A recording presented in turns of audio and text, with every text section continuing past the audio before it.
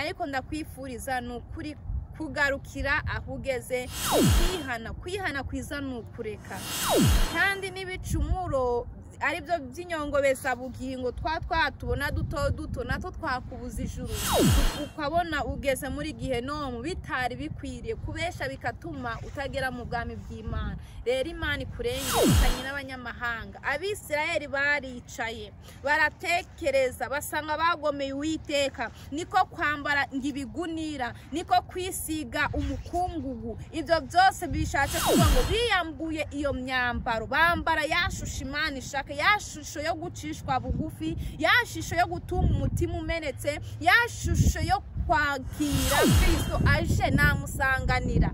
Ese urupfu ruje, ese naruhukira mu mahoro? Bene data mweze inzira zanyu, mukora ibishimwa n'Uwiteka bigishoboka.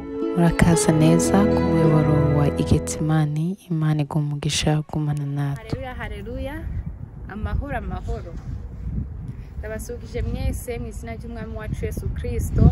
Imana amahoro ibarebe bishimire aho muherereye hose. Imana amahoro ibagirire neza. Mbifurije icyumweru cyiza n'abandi ijoro ryiza. Bifurije umunsi mwiza mwese inshuti z'umusaraba. Nongeye kugirirwa umugisha wo kongera kubana namwe tuganira ijambo ry'Imana, tuvuga gukomera kw'Imana, kandi nanone twumva icyo ijambo ry'Imana idushakaho, icyo Uwiteka ari gushaka ku bantu be muri ibihe bya none, kandi si no muri ibihe bya none gusa, n'ibihe byatambutse.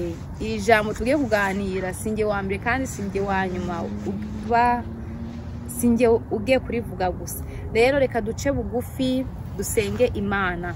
Uwiteka Nyiringabo, Mana yera, turagushimiye kandi turaguhimbaje. Turagushimiye yuko abanye natwe, turagushimiye yuko waturinze, turagushimiye kubw'ubuntu bwawe, turagushimiye kubw'imbabazi zawe. Mana nciye bugufi imbere y'amaso yawe, eza Mwami ubugingo bwanjye, eza ubugingo bwa bene data. Uzumvira ijambo wese Mwami, umutima we uweze utunganye kandi umutima we utegure kugira ngo ijambo ryawe ribwo mu butaka bwiza. Mana yera, Mana ishobora byose, ndagushimiye yuko abanye natwe bene data, duhujwe n'amaraso ya Yesu Kristo wabarinze, kandi n'imiryango yacu data wera wayirinze. Izina ryawe nishimye.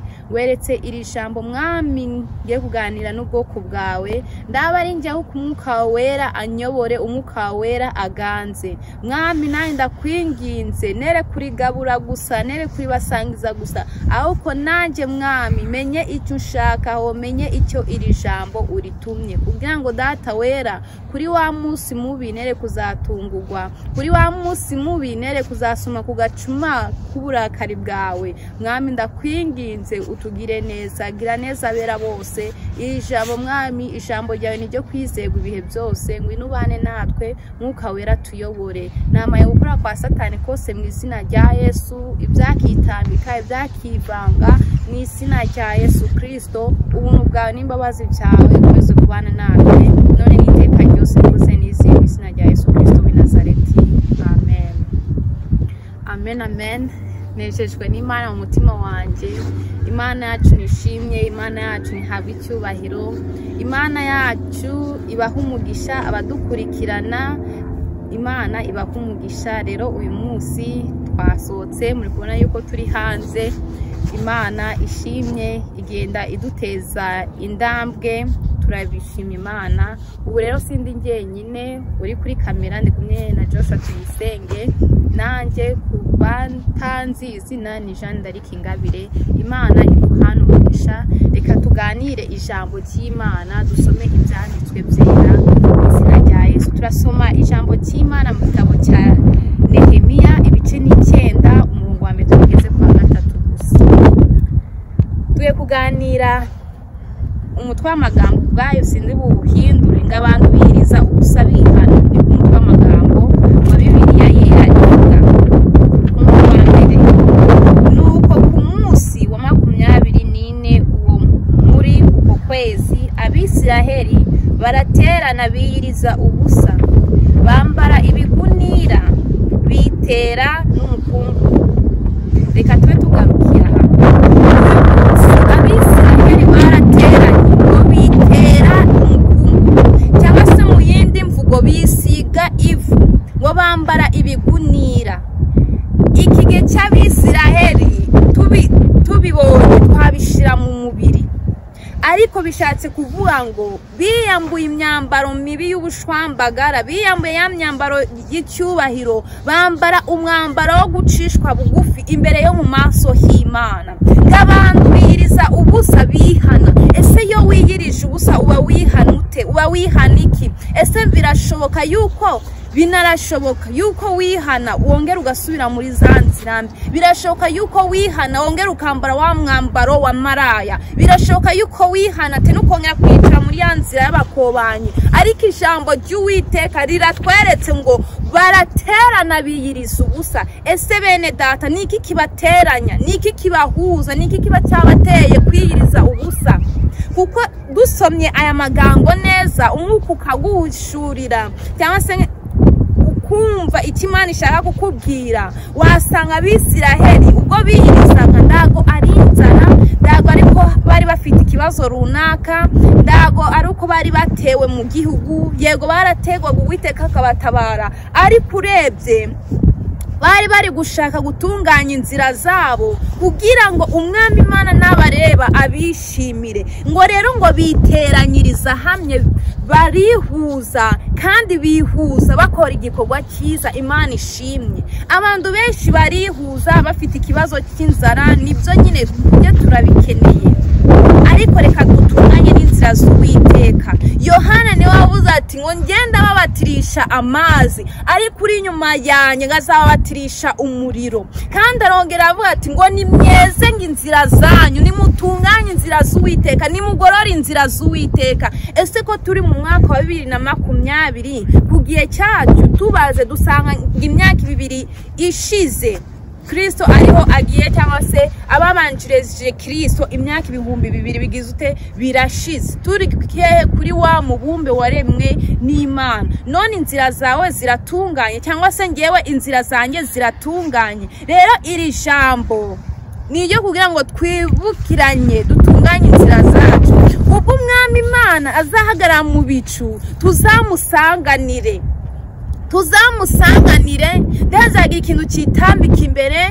Ubusambanyi bushobora kwitambika imbere, ububeshi bukitambika imbere, utuntu tw'inyongobeza bugingo, ibicumuro ugasanga byitambitse imbere, bitumye utabasha guhobera umukunzi wawe, bitumye utabasha gusanganira wa undi wa kwitangira. Ariko tunganya inzira zawe, ezi nzira zawe. Aba n'Abisiraheli, cyangwa se itorero ry'Abisiraheli, cyangwa se iteraniro ry'Abisiraheli. Ariko ubu birashoboka yuko kubera insengero bazifunze, turi mu bihe bibi bya COVID, ariko wowe icara n'umutima wawe, umugenama umutima ngo ndujya ruswa. Iyo wakoze icyaha umutima uhora udondaho, iyo wabesha umuntu umutima uhora udondaho, ukakwereka ukavuga ati nubwo uri kwiyoberanya ariko jandareke ejo warayibeshe, uyu munsi wimye runaka, ariko ibyo byose urabikora, wa mutima ugira ute ukagukubitaho. Ni handi ijambo ry'Imana bangu ngibyo byose urabyikorera ukagira bangwe nawe, ariko si kubiri. Imana idufashe, reka dutunganye inzira zacu. Icara mu cyumba cyawe se muri salo, nabo nzi uko ubanye n'Imana, ariko reba ahantu hatuje usanga Imana yera, uyibwira ati Imana narakosheje, Imana naratambikiriye, ndagusaba unyeze, ndagusaba undunganye. Mbese nawe umere nk'Abisiraheli, umutima wawe, ubugingo bwawe, ibikurimo cyangwa se ibikugize kuba umuntu, byihurize hamwe, uca bugufi imbere y'Imana, kandi Imana kubabarira, Imana irakweza. Wiyambure wa mwambaro w'icyubahiro. Birashoboka yuko uri umuririmbyi, birashoboka yuko uri pasiteri, sinzi umurimo ufite mu itorero, ariko uwo murimo kugira ngo uryohere Imana, uryohere n'amaso y'abantu, kandi nawe ukorohere kuwukora, manza weze inzira zawe, manza utunganye, manza wiyambure. Hari imyambaro dukwiriye kwiyambura nk'Abakristo, hari umwambaro ukwiye kureka, umwambaro wa maraya, umwambaro w'ubusinzi, umwambaro wo gutukana, umwambaro wo gutongana. ingeso zose mbi zakubase cyangwa se nge zambase tukaziyambura tukabona tukajya imbere tugakurikira wa mucunguzi watubambiwe kuko kugira ngo ukurikire Imana yagira icyizere Aburahamu ugomba kwiyambura hari ahandi ugomba kuva hari igihugu ugomba kuvamo birashoboka kari igihugu cy'ubusambanyi icyo gihugu ugomba kukivamo birashoboka kari igihugu cyo kubesha dore bene data n'ukuri kwabuze muri bene data Imana idufashe abantu basigaye bakinisha icyaha kubesha ariko bene data Imana irababarira pe kandi Imana yuzuye urukundo ariko ndakubwiza ukuri yuko ingaruka z'icyaha ndago zikugwaho ingaruka z'icyaha zirakomeza zikahasigara zikagenda kubuzukuruza no kubuvivi sinabivugaho akeshi murabona Aburahamu yabeshe yuko Sara ari mushikiwe kandi yari umufasha we icyo cyacho kama kuri Isaac icyo cyacho kama no kubana kiroka bigera no kuri Yakobo kimubera umuriganya sindi butindeho cyane ariko ndababwiza ukuri yuko Imana irababarira Imana yuzuye imbabazi ariko ingaruka z'icyaha ndaguiteka azikuraho ndago yazihunza ahuko ziragukurikirana zigakurikirana abana abuzukuruza bishatse kuvuga iki twiyambure hari igihugu tugomba kuvamo igihugu cy'ibyaha igihugu cy'ingeso mbi igihugu cy'ubusambanyi igihugu cyo kubeshera abandi igihugu cyo kubeshera bene data igihugu cyo kwimana igihugu cy'ubusambo igihugu cyo kwikunda tukanga bene data ukumva ikintu cyiza ni njyewe urugo rwiza ni njyewe abana beza ni njyewe ubuhanga ni njyewe oya bene data Kristo yavuze ngo dukundane none nikigeza ngo dukunda abanzi bacu kandi tubasabire tubasengere Imana rero idufashe Imana iturengere reka dukomeze umurongo wa 2 ukagira ngo urubyaro rw'Abisiraheli bitandukanya n'abanyamahanga bose barahagarara batura ibyaha byabo no gucumura kwa basogokuruza umurongo wa 3 barahagarara ukwabo bamara igice cya 4 cy'umunsi basoma igitabo cy'amategeko y'Uwiteka Imana yabo n'ikindi gice cya 4 batura ibyaha byabo basenga Uwiteka Imana yabo amena Abisiraheli bafashe ibyanditswe bafashe ibitabo bya Mose kuko iyo usomye igice cya 8 usanga umutwe amagambo ngo basomanga amategeko barayasobanukirwa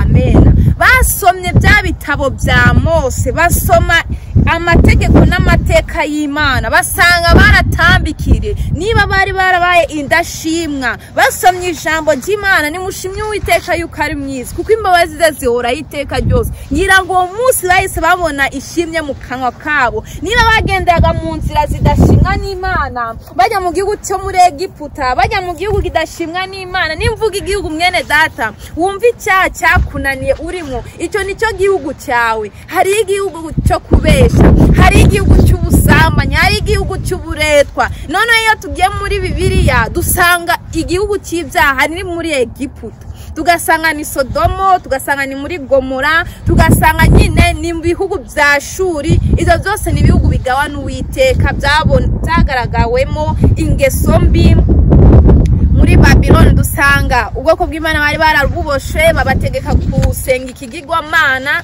ibyo byose ariko ikigirwamana cyangwa se muri Egiputa Babiloni ni ibyaha tuba tukigenderamo Sodomo hagaragaye icyaha cy'ubutinganyi ubusambanyi burenze ukwemera bibabaza Uwiteka arakirimbura nawe birashoka yuko ingeso runaka yakunaniye kubesha birakunanira kubivaho utavugisha ukuri bikanga ariko mwene data navuze ngo ibikugize kuba wowe ibingize kuba Jandari kereka nicare mu cyumba cyanjye n'abasebe nicare nyibwire ibingoye ndazi ko Umwami Imana arambabarira ndazi ko Umwami Imana arangira neza nawe wicare ubyize Imana ukuri ati Imana dore naratakambiriye uyitakambire uyibwire uyize ati Imana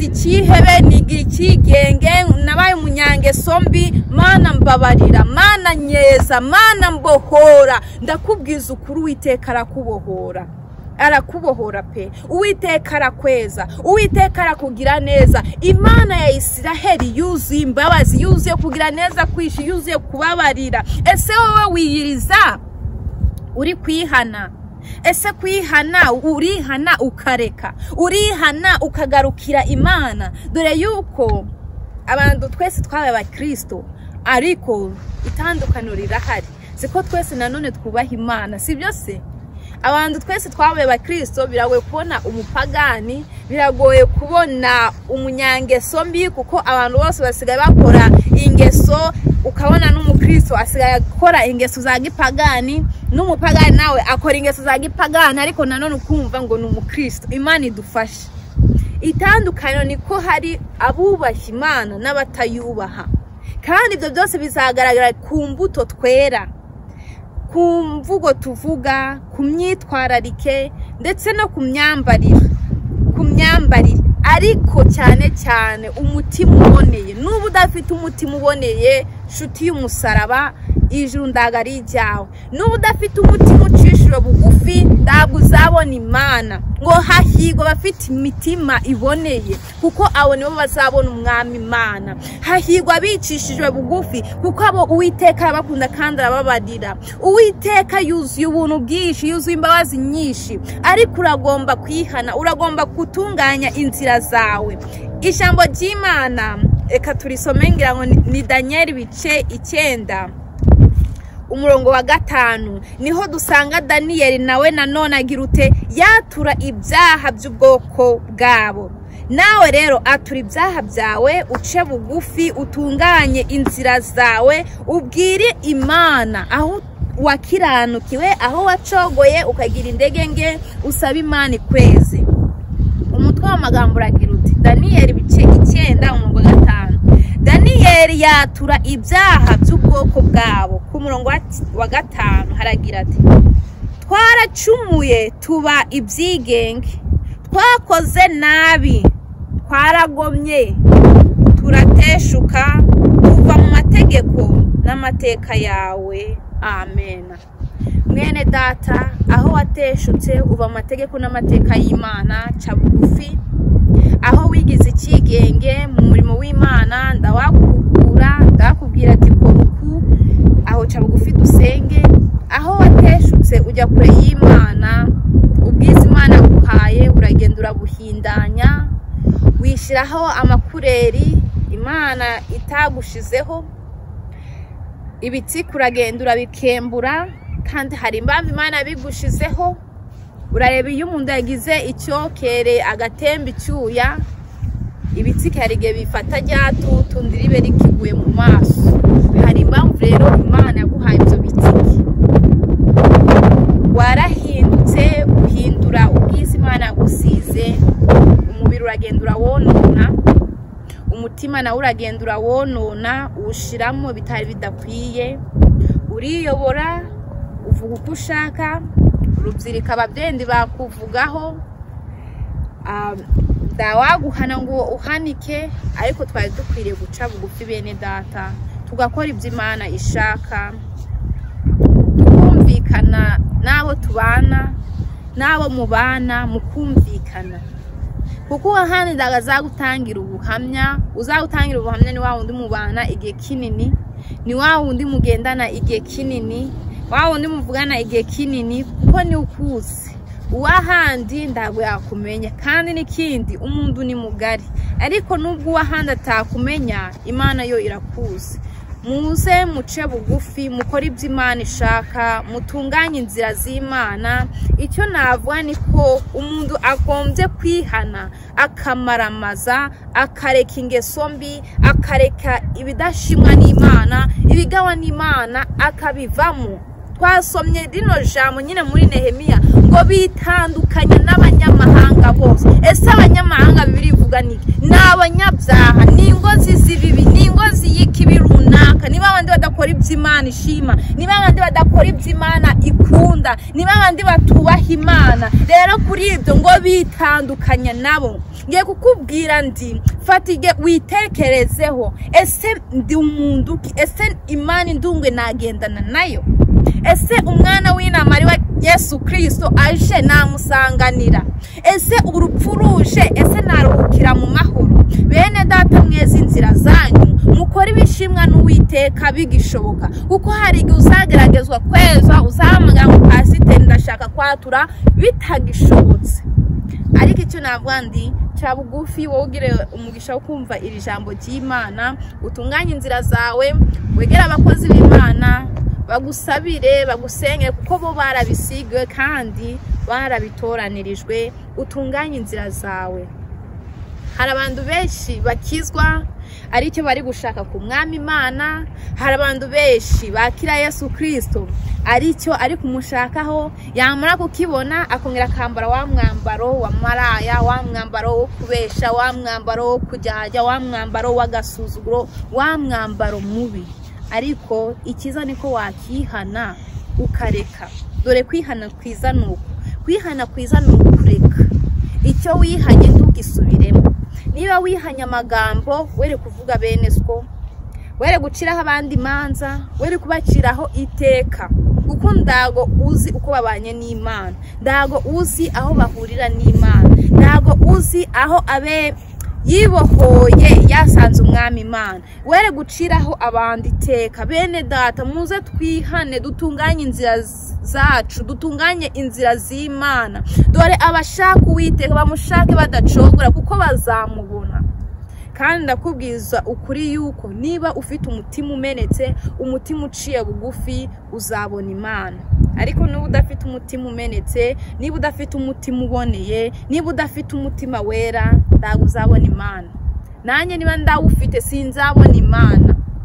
Singuciriye iteka kandi nanjye singiciriyeho, ariko ngufite umutima uboneye wese, agakora ibyo gukiranuka, agakora ibyo Imana ishaka, akagenda uko Imana ishaka, uwo nguwo arahire, kuko ubwami bw'Imana nubwe. Ubwami bw'Imana zabwiramo ndakabuza, kuko itike yo kujya mu ijuru bene data ntago ari visa, ntago ari pasiporo, ntago ari urwandiko rw'itorero. Umurinzi wa 424 ngo ntabwo ari urwandiko rw'itorero, oya, ni urwandiko rutangwa na Yesu Kristo w'i Nazareti, ni urwandiko uzahabwa n'umwami Imana. Kandi ubwo rwandiko Imana niyo yonyine izabuguha. Kandi bene data visa yo kujya mu ijuru cyangwa se pasiporo yo kujya mu ijuru, ukijijwe wese azajya mu ubwo burembe. Ariko niba udakijijwe, ijuru si iryawe. kandi niba gukizwa wumve gukizwa kuno ko abantu bumva nakijijwe nakimwami Yesu Kristo ni kwa gukizwa Imana ibona ko wakijijwe ukamwamamaza. Imana makuru umugisha abumvishe Yesu abagire neza, Yesu arengere. Reka dusenge Imana itweze wowe basubiye inyuma ugaruke mu nzira z'Uwiteka, wowe watambikiriye ugarukire Imana, kandi nawe utarava mu cyurimo uveyo, kuko hanze ndakiza kiriyo, hanze ndakiza kibayo. Akazi ka Satani ni ukwica no kurimbura, ni ukunyaga, kandi cyanyaga n'ubugingo, abashaka Uwiteka azaburimburana nabo. Bene data hanze ndakiza kibayo, ngwino winjire mu rugo rwa data. Yesu arakweza, Yesu aragutunganya, Yesu arakugira ibambe n'imbabazi nyinshi, kandi Yesu aragukunda kuruta uko ngiye ngukunda, kuruta uko abavandimwe bagukunda, kuruta uko umutware wawe cyangwa se umufasha wawe agukunda. Yesu aragukunda.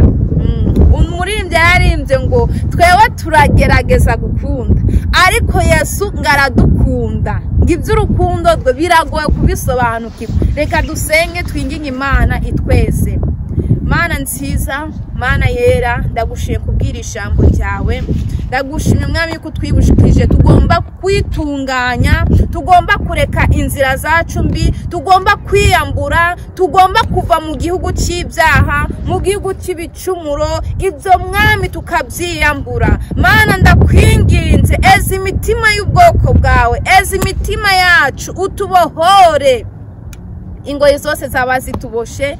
Umutima mwami wabuboshwe n'ikibi, uca uwo mugozi mu izina rya Yesu. Mana dore kwiriza ubusa, benshi tuririza ariko ndituva mu byaha, benshi tuririza ariko tukongera tugasubira muri wa mwambaro mubi, benshi tuririza ariko tukongera tukavuga nabi, benshi tuririza ariko tugasubira mu busambanyi. Mana ndakwinginze tweze ezi imitima y'ubwoko bwawe, ubeze ubatunganye, ubaboneze abananiwe kwihangana, ubeze ubatunganye, ubaha imbaraga, bace bugufi. Mwami bamenye ko ari ukwiye gushigwa hejuru. Bohora imitima, bohora imitima iri mu mwijima, bohora imitima iri mu busambanyi, imitima iri mu kubesha, imitima ituzuye ukuri, imitima iri mu bujyanja, imitima iri mu kugayana. Iyo yose mwami ubeze ubatunganye, ubabarire, babarire ubwoko bwawe, yewe basubiye inyuma ubabarire, abacogo bababarire. Mana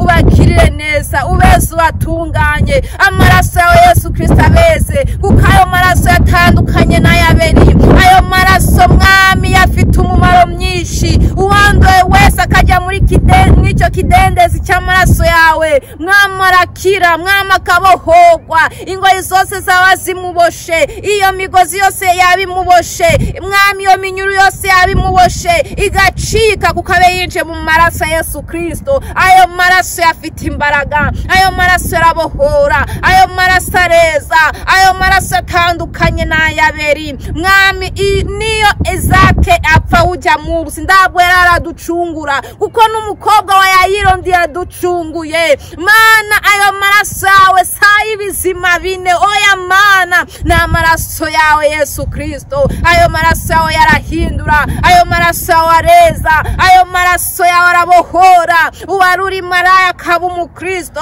uwaruri maraya akaba umwana w'Imana, uwaruri umusambanyi data wera gwimbi agacishwa bugufi, uwaruri umusinzi mwami inzoga zaramuheranye, ibyaha by'isi byaramuheranye, amaganya y'isi yaramuheranye, uwo nawe umukoraho mwami akabohoka. Mana Yesu ubwoko bwawe, Yesu urubyiruko, Yesu abashakanye, Yesu ingero zose mwami, kugira ngo wa munsi mubi mwami tuzabashe kukubona mu maso. Tugire neza mwami, utweze udutunganye, uduhe imbaraga data wera n'umwete, duharanire kweza, duharanire kumesa no kumesura imyambaro yacu mwami. Twere kuzatungurwa ng'abakobwa batanu b'abapfapfa, ahubwo turasaba ngo tuzabe maso data wera ng'abakobwa batanu b'abanyabwenge. Dufashe kandi dukomeze muri urugendo. Ndagushimye yuko tugire neza, ndagushimye kari bamyubohoye, ndagushimye kari abakize mwami, ndagushimye kari abuhinduriye mwami kuri Kristo. Izina ryawe nirishimye, kandi abafite ubugwaye bunyuranye mwami wose wakoreho, aho wose warengere, aho wose wabohore, imbaraga zose z'umwanzi abazibaboshe zicike mu kabiri mu izina rya Yesu. Mwami eza abagwayi kandi ubakize. Ndagushimye kubwira ijambo ryawe, ndagushimye yuko abanye natwe, ni mu izina ry'umwami wacu Yesu Kristo nzeye nizeye none iteka ryose, amen. Haleluya. Imana ibahe umugisha, Imana ibarengere, Imana ibishimire. Bene data, kwiriza ndagarukwiriza ngo ufunge, ushobora no kwiriza uri kujya ukihana icyaha runaka, ukitoza kugisezerera.